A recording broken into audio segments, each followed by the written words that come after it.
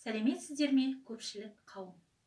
9 сәуір қазақ күнтізбесі бойынша мемлекеттік тіл қазақ тілі болып белгіленген. Мен бұл патриоттық эстафетаны Шахтинск қаласының Бұхар Жырау атындағы орталық кітапханасының библиография бөлімі меңгерушісі Асанова Нұргамила Тілеужановадан қабылдап алдым. Мұқағали Мақатаев, 3 бақытым.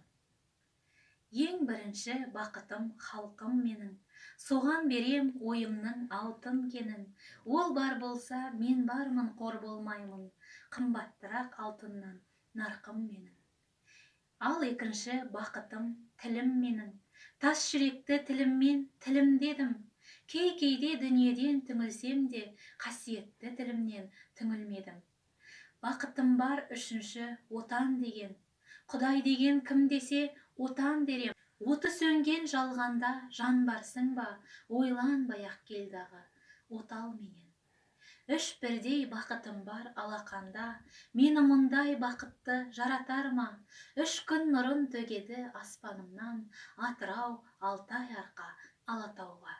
Мен Сәрсенбекова Аяулым Шарамазановна, Шахтинск қаласының Бұхар Жырау атындағы орталық кітапханасының қызмет көрсету бөлімінің оқу залы қызметкерімін.